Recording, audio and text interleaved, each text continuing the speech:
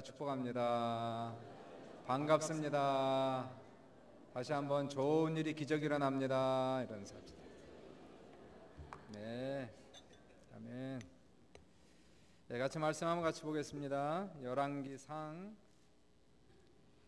19장 1절부터 18절, 좀 길지만 우리 내용 전체를 이해하기 위해서 같이 교독하겠습니다.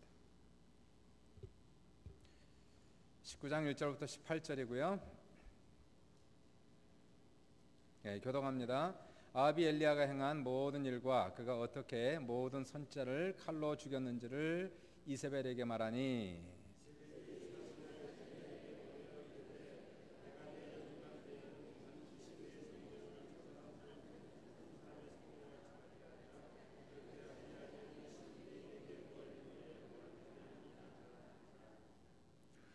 그가 형편을 보고 일어나 자기의 생명을 위해 도망하여 유다에 속한 브엘세바에 이르러 자기의 사원을 그곳에 머물게 하고,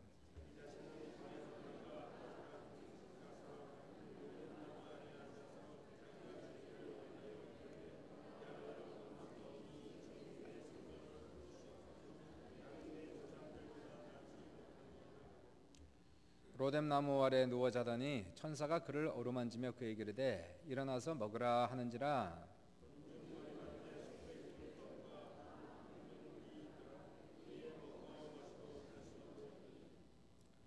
여호와의 천사가 또다시 와서 어루만지며 이르되 일어나 먹으라. 내가 갈 길을 다 같이 못할까 하노라 하는지라.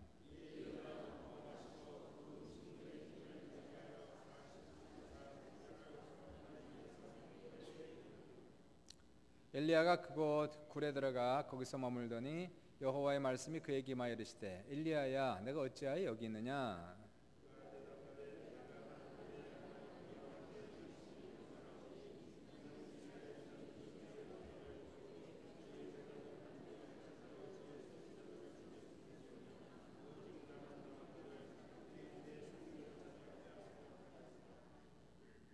여호와께서 이르시되 너는 나가서 여호와 앞에서 산에 서라 하시더니 여호와께서 지나가시는데 여호와 앞에 크고 강한 바람이 산을 가르고 바위를 부수나 바람 가운데에 여호와께서 계시지 아니하며,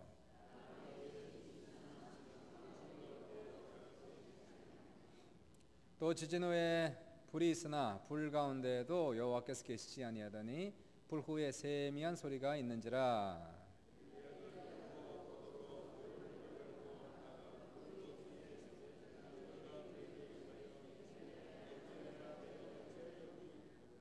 그가 대답하되 내가 만군의 하나님 여호와께 열심히 유별하오니 이는 이스라엘 자손이 주의 언약을 버리고 주의 제단을 헐며 칼로 주의 선지자들을 죽였음이오며,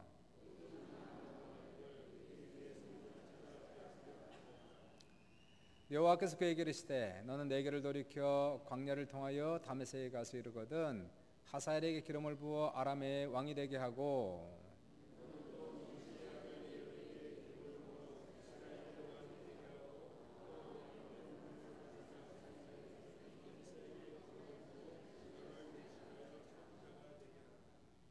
하사엘의 칼을 피하는 자는 여호가 죽일 것이요 예후의 칼을 피하는 자를 엘리사가 죽이리라.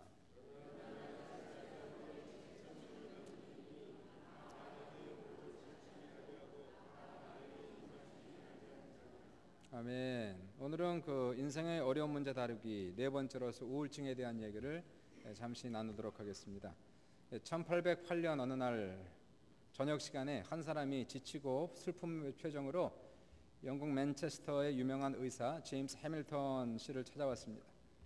환자가 얘기하기를 선생님, 저는 우울해서 견딜 수가 없습니다. 아무 데서도 행복을 찾지 못하고 즐거운 일이라고는 하나도 없습니다. 저는 뭐 때문에 사는지 알 수가 없습니다. 선생님 좀 도와주십시오. 돕지 아니하시면 저는 금방 죽어버릴 것 같습니다. 해밀턴 박사님께서 가만 환자를 보니까 제가 보니까요, 선생님 죽을 병 같지는 않고 지금 상태 변화를 주는 것이 좋겠습니다. 한번 기분 전환을 좀 해보시고 신나게 한번 웃으면 되겠습니다. 그런 마음의 병이 곧 나을 것 같습니다. 그렇습니까 선생님? 어떻게 하면 제가 그렇게 할 수 있을까요? 이 맨체스터시에 지금 서커스가 왔는데 마침 광대 그리말리가 와서 연극을 하고 있습니다. 저도 보았는데 정말 재미있고 즐겁습니다. 그리말디의 연극을 보면 당신의 우울증이 말끔히 고쳐질 것입니다. 이 환자가 고통스러운 표정을 지으면 선생님 제발 좀 웃겨주지 마십시오. 제가 바로 그리말디 광대입니다. 현대 사회를 가리켜서 우울증에 걸린 사회라고 합니다. 우울증 심각한데요. 만약에 통계적으로 맞다면 이 자리에 있는 남성 중에는 10명 중에 1명이 우울증을 앓았거나 앓고 있는 사람이고요. 통계적으로 보면 이 자리에 여성들 중에서는 10명 중에 2명이 우울증을 앓았거나 또 현재 지금 우울증에 걸리고 있는 그런 사람이 되겠습니다.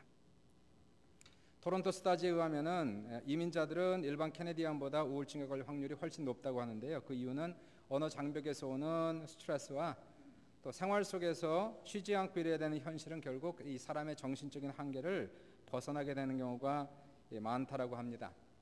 그러한 차원에서는 이 통계가 좀 더 높다고 얘기할 수가 있을 것 같고요. 이 자리에 우울증에 있는 사람, 또 우울증에 걸려본 사람이 있고 또 많은 사람들은 본인은 아니지만 가족 중에 이 우울증에 시달리고 있는 그러한 사람들을 알고 있는 사람이 상당수 아마 이 자리에 있을 겁니다. 심각한 이유는 건요. 우울증 환자의 자살률이 10%에서 15%일 정도로 우울증은 자살을 유발하는 가장 흔한 정신장애라고 하니까 이 우울증은 반드시 발견하고 치료를 해야 됩니다. 지난 11일 날, 지난주 월요일이죠. 천재적 배우인 로빈 윌리엄스가 오랫동안 우울증에 시달리다가 결국 자신의 집에서 목을 메어 세상을 떠났습니다. 제가 좋아하는 배우인데요. 주만지라든가 미세스 다우트파이어 아주 유명한 영화들이죠. 보고 참 재밌게 본 기억이 나는데 사실 제가 우울증 설교를 안 하려고 그랬습니다. 우울해질 것 같아서. 그런데 마침 그게 월요일 날 딱 떴잖아요. 그래서 이 설교가 필요하구나. 그래서 다시 한번 우울증에 대한 설교를 지금 합니다. 내가 지금 우울하다고 그래서 우울증에 빠진 건 아닙니다. 정상적인 사람은 감정의 기폭이 있게 마련이에요. 좋은 감정이 있다가도 또 마음이 떨어져서 우울한 때도 있습니다. 그래서 지금 내가 우울하다고 우울증에 빠진 것은 아닙니다. 일반적으로 정상적인 사람은 이 우울한 감정들이 하루나 이틀 내에 전환이 되고 길게는 한 일주면은 보통 전환이 됩니다. 그런데 만약에 이러한 마음 상태, 침체 상태가 일주일 만에 회복이 안 되고 2주가 가고 한 달이 가고 만약에 2달이 계속 가고 있다면 내가 혹시 우울증을 앓고 있는 것이 아닌가 자가 진단을 하는 것이 대단히 중요하다는 것이에요. 지난주 목요일 날 그래서 한국일보에 로빈 윌리엄스의 죽음에 대한 보도가 나오면서 우울증 자가 진단표가 나왔습니다. 그 자가 진단표를 보시면 다음의 질문에 대부분 그렇다 대답하면 우울증 환자일 가능성이 많고 상담 치료가 꼭 필요합니다. 이렇게 적혀 있고 8가지 질문이 나왔습니다. 첫 번째, 이유 없이 무기력하다. 두 번째, 수면에 문제가 있어서 잠을 자지 못하거나 지나치게 많이 잔다. 세 번째, 집중력과 기억력이 예전과 틀리다. 네 번째, 죽고 싶은 충동이 가끔 있다. 다섯 번째, 거의 매일 슬프다. 여섯 번째, 자기에 대한 가치가 없다거나 죄책감을 느낀다. 일곱 번째, 식욕의 변화가 있다. 신앙인들이 만약에 우울증에 빠지면 신앙인들도 우울증에 빠집니다. 우울증에 빠지면은 신앙생활에 문제가 생깁니다. 우선은 기도가 안 됩니다. 기도에 활력이 없고요. 봉사가 안 됩니다. 짜증나고 신경질 나고요. 예배를 아무리 드려도 감동이 없습니다. 사람 만나는 게 귀찮아져서 사람을 자꾸 피하게 되기 때문에 교회 나오는 게 솔직히 싫습니다. 오늘 본문을 보시면 선지자 엘리야, 대단한 선지자입니다. 선지자 중에 최고의 선지자가 엘리야인데 이 엘리야가 심각한 우울 증세에 빠져 있어요. 4절을 보시니까 엘리야가 로뎀나무 아래 앉아서 죽기를 구합니다. 그리고 여호와여 내 생명을 지금 취해 주시옵소서. 위대한 신앙인들도 이렇게 위대한 신앙인들도 우울증에 빠질 수 있다는 것을 인식하면은요. 이 엘리야가 아무리 믿음이 좋아도 기도를 많이 하는 기도의 사람이라 할지라도 인간은 인간이에요. 정신적 한계가 있다는 겁니다. 엘리야도 하나님의 일을 하다가 우울증에 시달렸다면 그러면 우리 같은 사람이 우울증에 빠지거나 또 우울증의 환자가 된다는 것을 이상하게 생각할 필요는 없다는 것이에요. 그럴 수 있다는 겁니다. 신앙인들, 여러분들 우리가 언제 우울증에 빠질 수 있을까요? 그 증상은 무엇이고 또 우울증은 언제 빠질까? 우울증에 빠지는 이유는 여러 가지가 이유가 있는데 한두 가지가 아닙니다. 사람마다 다 틀리고요. 보통 일반적으로 이제 정신과에서 볼 때, 정신적으로 볼 때, 심리학적으로 볼 때는 우울증의 이유는 가장 큰 이유는 대상 상실 이렇게 얘기해요. 의존하는 대상이 상실되었을 때 그때 우울증이 올 가능성이 가장 많다는 겁니다. 돈을 의존하는 사람, 돈을 가장 중요시 여기는 사람이 사업이 어려워졌을 때에 마음의 상실이 오고 실패감, 좌절감이 오고 우울증에 빠질 확률이 상당히 많습니다. 자신의 명예, 자신의 자존감 이러한 것을 가장 중요시 여기는 사람은 그 명예가 무너졌을 때에, 수치가 나타났을 때 그때 우울증에 빠질 확률이 많습니다. 자식을 심각하게 의지하는 사람, 심각하게 바라보는 사람, 이러한 사람들이 자식 때문에 실망할 때에, 자녀가 떠날 때에 그때 우울증에 빠질 확률이 많다는 것이에요. 우리 신앙인들도 역시 이러한 문제를 떠날 수 없는데요. 엘리야 같은 경우는 왜 우울증에 빠졌을까 잠깐 한번 살펴보도록 하겠습니다. 첫 번째는 허탈감입니다. 따라해보세요. 허탈감이 와요. 마음에 공허함과 허탈감이 올 수가 있다는 겁니다. 오늘 본문은 열왕기상 19장인데요. 바로 직전장 18장을 보시면 대단한 사건이 일어납니다. 갈멜산에서 엘리야가 기도를 했더니 하늘에서 불이 내리는 사건입니다. 엘리야의 하나님, 나의 하나님, 불로 응답하소서. 엘리야의 하나님, 하늘에서 불이 떨어지게 하는 엄청난 기적을 베풀면서 수많은 사람들이 사건을 목격했어요. 그리고 사람들이 회개하고 그리고 야훼 하나님께로 돌아오는 엄청난 사건이 18장에 나오는데, 근데 이러한 놀라운 기적에도 불구하고 엘리야가 기대했던 부흥이 일어나지가 않는 거예요. 2절을 보시니까 2절에 이세벨이 이르되 내가 내일 이맘때에 반드시 내가 너를 죽일 것이다. 안 되는 겁니다. 엘리야 생각에는 이쯤이면 됐다 생각했어요. 이 정도면 큰 부흥이 일어날 것이다. 전혀 변화가 없습니다. 허탈감, 무기력, 그리고 나서는 광야로 도망가 버려요. 엄청난 좋은 일이 났고 나서 조심할 것은 이 마음의 공허함과 무기력함을 우리가 조심해야 됩니다. 그리고 엘리야는 나는 아무것도 아니다, 나는 열등감에 시달리고 하나님, 제가 하나님의 사명을 다 완수하지 못했습니다. 죄책감에 시달리고 지금까지 이토록 고생하며 사역했는데 먹지도 못하고 마시지도 못하고 내가 평생 이토록 죽을 고생하며 사역했는데 다 쓸데없고 부질없는 짓이라는 회의감과 실패감에 사로잡혀서 하나님 차라리 죽여주십시오. 이게 이제 처음에 나타나는 이 엘리야의 허탈감을 우리가 볼 수가 있게 돼요. 두 번째입니다. 따라해보세요. 지나친 열심. 4절과 10절과 14절에 두 번씩이나 반복하며 하나님께 고백합니다. 내가 만군의 하나님 여호와를 위하여 열심히 유별나오니. 유별한 열심이 있어요. 이 개역 성경을 보면 열심히 특심하오니, 열심히 특심합니다. 이 개역 개정은 유별난 열심을 가지고 있어요. 보통 사람과 틀린 열심이었습니다. 보통 사람과는 확실하게 틀린 지나친 열심. 엘리야에게 있었던 장점이면서 또는 위험한 그러한 열심을 가지고 있었어요. 성경은 열심을 품고 주를 섬기래요. 예배도 열심히, 기도도 열심히, 공부도 열심히, 일도 열심히, 가정생활도 열심히, 다 열심히 해야죠. 하나님이 주어진 24시간 속에서 내 에너지를 다하여 우리가 인생에 성공하기 위해, 승리하기 위해서 열심히 해야 되지만 지나친 열심은 위험하다는 거예요. 유별난 열심은 그거는 장점이면서 또 문제가 될 수가 있다는 겁니다. 지나친 열심을 갖고 살아가면은 잘못하면 사람이 번아웃 될 수가 있다는 거예요. 우리 인생은 장거리 마라톤이죠. 80년을 살아야 됩니다. 적어도 요즘에 80년, 90년을 살아야 되는데요. 마치 100m 경주하듯이 그렇게 뛰면은 얼마 못 가 쓰러질 수밖에 없는 것이에요. 열심히 노력하고 공부 죽도록 공부하고요. 아니면 죽도록 일만 하고 죽도록 돈만 벌고 그렇게 사업하고, 근데 나중에 돌이켜보니까 남는 게 없는 거예요. 실망, 좌절. 아니 이렇게 쉬지 않고 열심히 일하고 열심히 살았는데 내 아내가 인정을 안 해줘요. 자식들도 인정을 안 해줘요. 이때 실망감 찾아옵니다. 우울이 찾아옵니다. 이때는 사람 만나기 싫고 동굴 속에 들어가서 그냥 모든 세상을 외면하고 돌아서는 마음. 성경은 그래서 이런 얘기하지 않습니까? 시편 기자가 너희가 아침에 일찍 일어나 늦게 누우며 수고의 떡을 먹음이 헛되도다라고 얘기합니다. 세 번째입니다. 고립감. 따라해 보시죠. 고립감 또는 외로움이다 얘기할 수 있어요. 10절 14절에 또 2번 반복하는 것, 주여 나만 혼자 남았나이다. 2번씩이나 하나님 앞에 나만 혼자 남았나이다. 혼자 남은 느낌이죠. 아무도 없다는 느낌, 다 떠나갔다는 느낌. 사랑하는 사람에게 실현당했을 때에, 결혼으로 말미암아 자녀가 떠나갔을 때에, 그래서 empty nest, 빈 둥지가 되었을 때에, 이혼을 당했을 때에, 사랑하는 남편과 아내가 죽었을 때에, 야 이제는 나 혼자구나. 공간이 너무 큰 거예요. 마음의 공간이. 외로운 생각이 나를 너무 짓누릅니다. 이제 내가 모든 짐을 혼자 짊어져야 된다는 이 부담감, 혼자 가야 된다는 외로움, 이런 것들이 사람을 크게 좌절시킬 수가 있고, 그리고 우울증에 빠지게 할 수 있다는 것이, 이러한 마음이 가득 찬 사람은 교회를 와도 어떤 모임을 가도 교감이 되지 않습니다.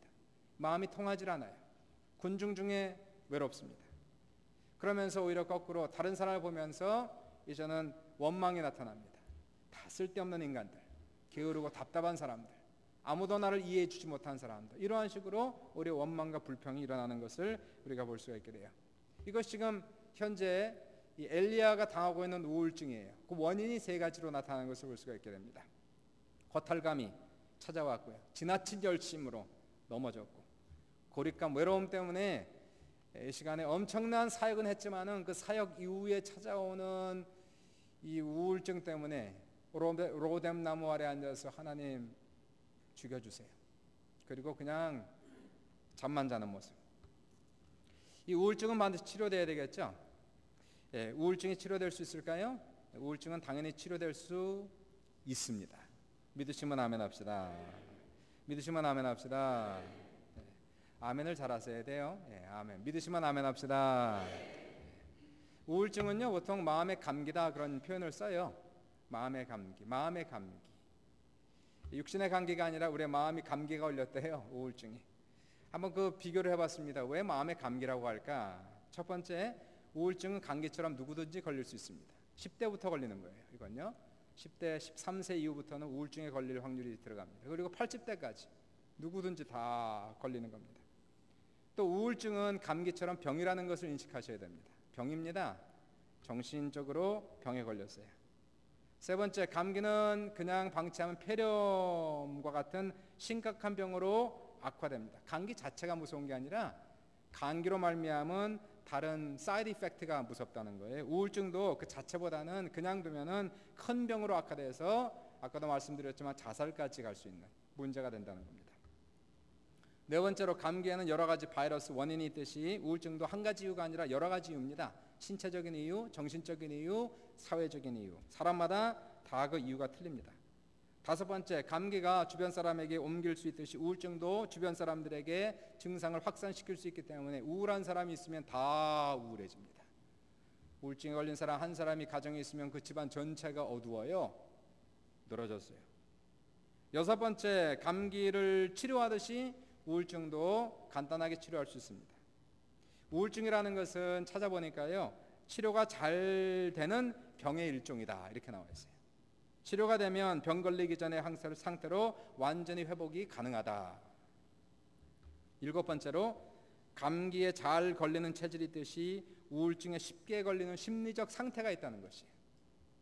그래서 만약에 내가 좀 몸이 약해서 감기에 잘 걸린다는 사람은 조심하잖아요. 그리고 예방하잖아요. 비타민도 먹고 그리고 몸도 잘 관리하지 않습니까? 만약에 우리 스스로가 내가 좀 자주 우울해진다, 다른 사람보다 조금 더 마음이 처진다, 우울증에 빠지는 확률이 좀 더 많다 하는 사람은 스스로 알아갖고 스스로 조심해야 되는 거예요.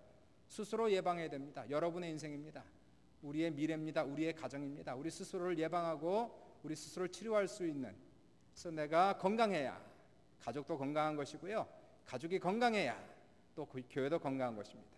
여러분의 심령이 건강하시기를 주님의 이름으로 축원합니다. 어떻게 우울증을 치료할까요? 어떻게 예방할까요? 만약에 정신과를 가면은 금방 약을 줍니다. 뭐 약 먹는 게 나쁘다고 얘기하는 것이 아니에요. 근데 우리는 성경으로 먼저 돌아가서, 성경에서 하나님은 엘리야를 어떻게 우울증을 치료하셨는가? 그 당시엔 약도 없었잖아요. 그러니까 그 당시에는 신앙으로, 믿음으로 치료를 해나가야 되는데, 오늘 본문을 가만 보시면서 하나님께서 엘리야의 우울증을 완전히 날려버리십니다. 그리고 완전히 100% 회복시키시는 이 장면이 오늘 여러분이 읽으시는 열왕기상 19장의 장면인 것을 우리가 볼 수가 있게 돼요. 몇 가지 방법이 나오는데요. 첫 번째 따라오십시오. 휴식입니다. 휴식. 5절부터 8절을 보시니까 천사가 지금 로뎀 나무에 누워서 죽기를 각오하고 그냥 먹지도 않고 마시지도 않고 잠자고 있는 엘리야를 찾아와서 천사가 깨워요. 그리고는 빵과 물을 가져다가 일어나서 먹고 마시라. 그리고 푹 쉬라. 그래서 엘리야가 일어나서 거기 있는 떡을 먹고 물을 마시고 그리고는 또 푹 잡니다. 한참을 잤더니요. 그 다음 또 깨워요. 또 먹고 마시라는 거예요. 그래서 여기 보시면은 이 천사가 가장 처음에 했던 것은 힘들고 어렵고 지친 육신적으로 피곤한 엘리야에게 육신적인 정신적인 그러한 휴식을 취하게 하시는 이 장면을 우리가 볼 수 있는 것이에요. 우울증에 시달리는 사람이 만약에 있다면 그 사람에게 기도하세요, 금식하세요, 인내하세요 이렇게 상담하면은 bad counselor, 아주 좋지 않은 거예요. 왜냐하면 우울증에 시달리는 사람들도 그렇게 해야 되는 걸 본인이 알고 있어요. 근데 안 되는 걸 어떡하겠어요? 내가 좀 더 금식해야, 내가 더 해야 되는데, 내가 기뻐해야 되는데 안 되는 거예요. 자기 힘으로 안 빠져나오는 겁니다. 그러니까 안 되는 사람에게 해라고 자꾸 해가면 어떻게 될까요? 실패감만 더 자꾸 가중시키는 거예요. 이러한 사람에게는 우선은 쉬게 하는 게 중요합니다. 그래도 보시면은 쉼표가 있고 음악에도 숨표가 있는데 휴식 없이 사는 사람은 숨 쉬지 않고 말하는 사람, 숨 쉬지 않고 노래하는 사람, 언젠가는 힘 빠지고 죽습니다. 하나님께서도 6일 일하시고 7일째 안식하셨는데, 그리고 7일째는 안식하라, 쉬라, 온전히 안식하라. 하나님이 우리 인간을 그렇게 창조하셨어요. 6일은 열심히 일하래요. 그러나 하루는, 일주일에 하루는 완전히 쉬라, 몸도 마음도 안식하라는 것이. 주일이라는 것은 무슨 날일까요? 안식일입니다. 일을 쉬고 예배를 드리는 시간. 영육간에 일하다가 얼마나 힘듭니까? 학생들 공부하다가 얼마나 힘들어요. 부모님들 일하느라고 얼마나 힘듭니까? 이 모양 저 모양으로 어려울 때에 교회 예배 시간은 영육간에 충전하는 시간이 반드시 되시기를 주님의 이름으로 축원합니다. 주님께서 말씀하시기를 수고하고 무거운 짐진 자들아 다 내게로 오라는 거죠. 성경은 그래서 너희가 일찍 일어나고 늦게 누우며 수고의 떡을 먹음이 헛되도다. 그러므로 여호와께서는 사랑하는 자에게 뭘 주시는도다? 잠을 주신대요. 휴식을 주신다는 거예요. 주일날 예배를 드리고 그래서 영적으로 충만하시고요. 더 나아가서 평상시에도 잘 먹고 잘 쉬고 운동도 하고 여러분이 하비를 즐길 수 있는 그런 사람이 되셔야 됩니다. 요즘은 새벽 기도가 끝나면은 우리 에너케원들이 늘 탁구를 치세요. 얼마나 좋은지 모릅니다. 아침에 와서 기도하고 그리고 와서 나가서 탁구 치고 탁구 동호회를 하나 만들면 좋겠어요. 건강 유지에는 너무나 좋은 거예요. 육신도 건강해야 되지만은 마음도 건강하기 위해서는 스스로 자기 하비를 찾고 오락을 즐길 수 있는 그런 사람이 반드시 돼야 된다는 것입니다. 부부간에도 서로 함께 오락을 즐길 수 있는 걸 찾으셔야 됩니다. 함께 놀 수 있는 걸 찾으셔야 된다는 것이. 두 번째입니다. 따라해 보십시오. 조용한 묵상. 11절부터 13절 보시니까 엘리야가 호렙산 하나님의 산에 도착을 해요.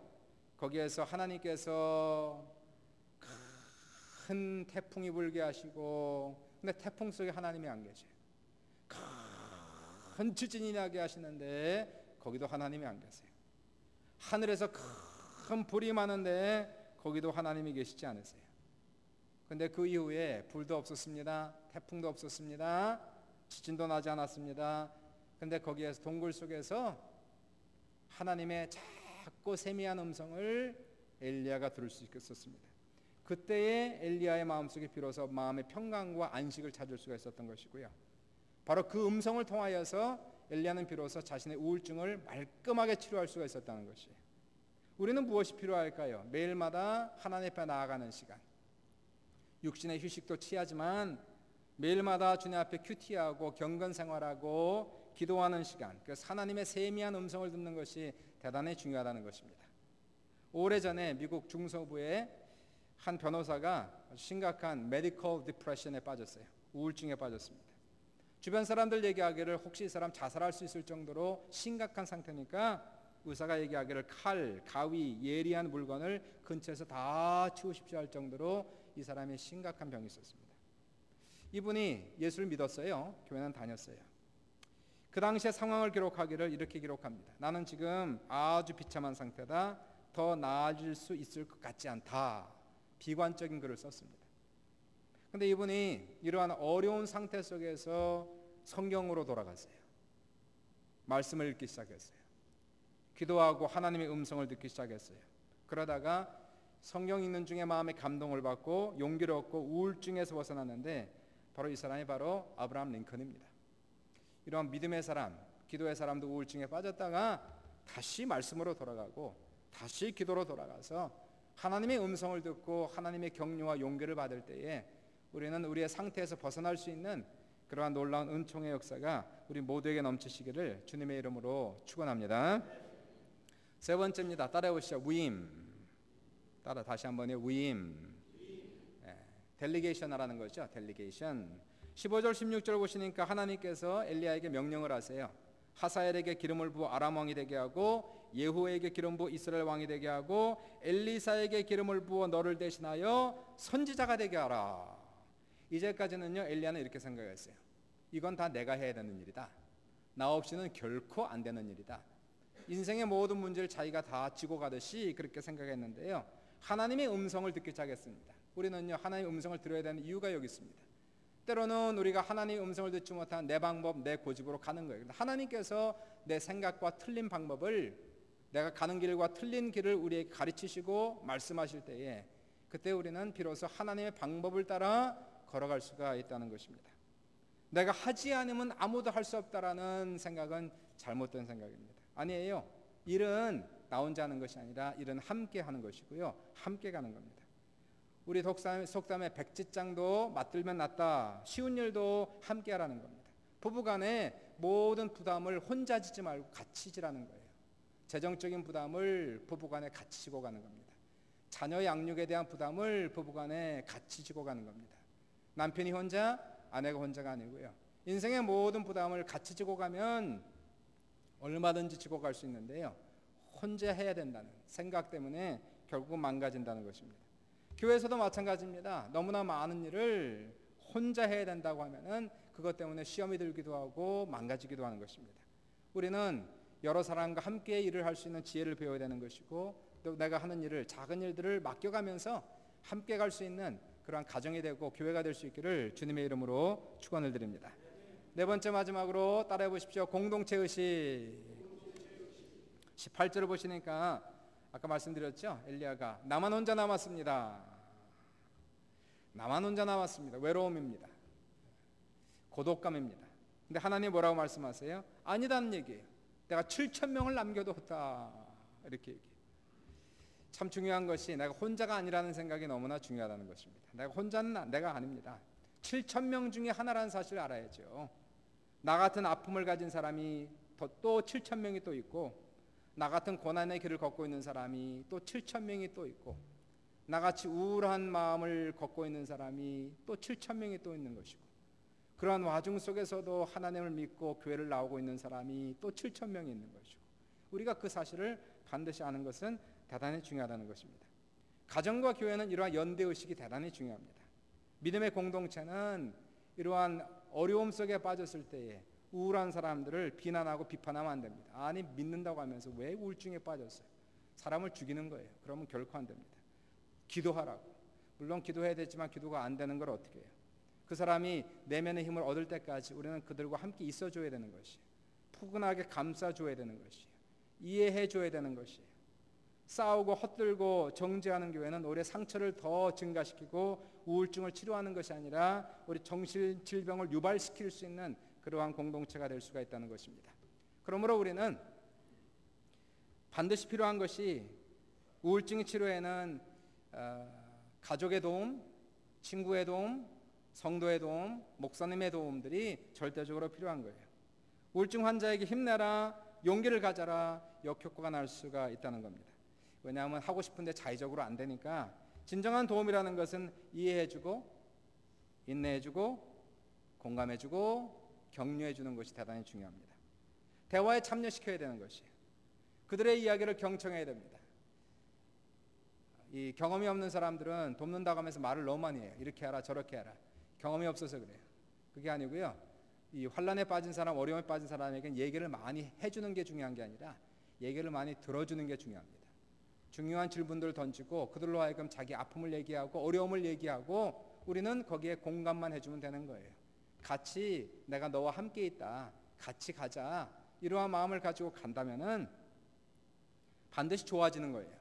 시간 문제입니다. 언젠가는 반드시 그러한 마음에서 벗어날 수가 있다는 것입니다.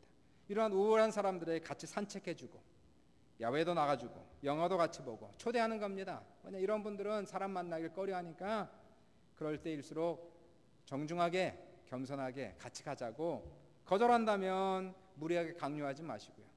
그냥 참아주고 지켜봐주고 기도하고 격려해 줄 때에 이러한 어려움 속에 빠져있는 많은 성도들이 우리의 격려와 기도를 통해서 반드시 좋아지는 귀한 역사가 나타날 줄 믿습니다. 마지막 성공 사례 하나를 들고 이 설교를 마치도록 하죠. 이 28살 된 자매가 하나가 있었는데 심각한 우울증으로 시달리고 있었대요. 처음에 나타난 발병이지만 증세가 아주 심각했습니다. 불면증이 너무 심했고 식욕저하로 말미암아 체중도 5kg 정도가 빠졌어요. 사는 게 아무 의미가 없다고 얘기하며 자살까지 시도를 했습니다. 결혼 초반에는 부부관계가 아주 좋았거든요. 근데 애를 낳고 나서부터 계속해서 심각해지기 시작했습니다. 자살까지 시도한 아내의 모습에 이 남편은 황당해했고요. 너무나 난감해했어요. 어찌할 바를 모르고 이러한 상태에 빠졌습니다. 그 자매의 이야기를 들어보면은 본인의 이야기는 이러한 상태에 빠진 가장 큰 이유는 스트레스 요인이 시부모와의 갈등, 고부지간의 문제에다가 그게 문제라기보다도 자기 편은 전혀 안 들고 시부모 편만 드는 남편의 태도 여기에 너무 실망이 크고 그리고 우울했다라고 얘기하는데요. 더더욱이나 아이들이 아직 어렸기 때문에 그 아이들을 양육해야 되는 그 부담이 너무나 커서 결국 몸도 지치고 마음도 지치고 그래서 우울증에 빠지고 살맛이 나지 않는 그러한 자매의 모습이었습니다. 친정이 알았고 그 다음에 시집이 알았어요. 친정에서는 멀쩡하던 딸 시집시켰는데 왜 이런 병에 걸렸냐고 노발대발하고, 시집에서는 이 문제 있는 아이를 결혼시켜서 아들 고생시킨다고 화를 내고 그랬다면은 끝장났을 텐데 그렇게 안 했다는 게 얼마나 감사합니까? 교회에서 기도해 줬어요. 목사님께서 이것을 지혜롭게 상담을 했고 그리고 개입하기 시작했어요. 양가 측을 만났습니다. 그래서 이 얘기를 하고 이 얘기를 풀어나기 시작했는데요. 양쪽 사돈이 만나서 우선은 서로 미안하다는 말로 시작을 했대요. 시집에서는 귀한 딸 보내주었는데 병까지 생기게 해서 너무 죄송하다고, 친정에서는 우리 아이가 부족해서 그렇다고 죄송하다고.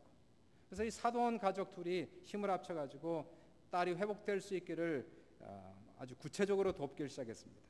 약속을 정해서 며칠은 시집에서 며칠은 친정에서 이 어린 아이들 둘을 맡아주고 이 부부가 둘이 가질 수 있는 시간들을 가질 수 있도록 배려를 해주었다는 거예요. 근데 치료 결과가 얼마나 좋았는지 부부는 이 아이가 생긴 이후 난생 처음으로 여행을 다녀오기로 했는데요. 그리고 나서 자매 얼굴이 급속도로 바뀌더니 한 달 만에 호전이 되고 2달 만에 완전히 회복이 되었다는 것입니다. 그리고 나서 이 자매가 얘기하는 것은 오히려 이 병을 계기로 말미암아 자기의 병이 완전히 낫을 뿐더러 부부간에 서로 이해할 수 있게 되었고 그리고 전보다 더 행복해졌고 신앙도 더 깊어졌다라는 그런 고백을 하게 된 것입니다. 잠언서 4장 23절을 보시면은 물은 내 마음을 지키라 생명의 근원이 여기서 남이니라라고 성경은 말씀하고 있어요. 우리의 삶이 활기가 넘치고 즐겁기 위하여 더욱더 신명나기 위해서는 참 중요한 것, 지금 현대병이라고 얘기하는 이 우울증을 스스로 예방할 수 있는 지혜가 있어야 되고요. 우선은 스스로 자가 치료할 수 있는 그러한 노력이 있어야 될 것이고 그것도 안 되면은 상담을 통해서 얘기하고 자기 문제를 해소할 수 있는 그런 방법론을 찾아가야 될 것입니다. 다시 한번 얘기하지만요. 지금도 마음이 우울하다. 우선은 심신의 휴식을 반드시 취하셔야 됩니다. 하루라도 어딜 갔다 오셔요. 나이아가라 폴을 갔다 오셨는지 가서 폭포가 떨어지는 걸 보고 돌아오십시오. 두 번째, 하나님과 조용한 대화를 나누세요. 조용한 대화. 하나님의 음성을 자꾸 들으셔야 됩니다. 하나님이 나에게 주시는 말씀. 너는 내 사랑하는 자녀다. 내가 너를 얼마나 귀하게 여기는지 아느냐. 예수 피로 너의 죄를 용서받았고 너는 천국 백성이라는 이러한 음성을 들을 수 있는 하나님의 음성을 들을 수 있어야 됩니다. 세 번째로 부부간에 또는 교회 안에서 모든 일을 서로 나누십시오. 혼자 지고 가지 마세요. 모든 어려움과 모든 부담을 서로 얘기하고 서로 나누고 공동 책임을 지고 가면은 모든 사람들이 이 문제를 이겨갈 수가 있겠습니다. 마지막으로 우리는 함께라고 하는 공동체 의식을 반드시 가져야 됩니다. 누군가가 어려움에 처했을 때에 결코 비난하지 마세요. 믿음도 없이 이러한 생각도 하지 마십시오. 그러다가 자기도 우울증에 걸릴 수가 있습니다. 그러지 말고 우리는 나도 그럴 수 있다는 거예요.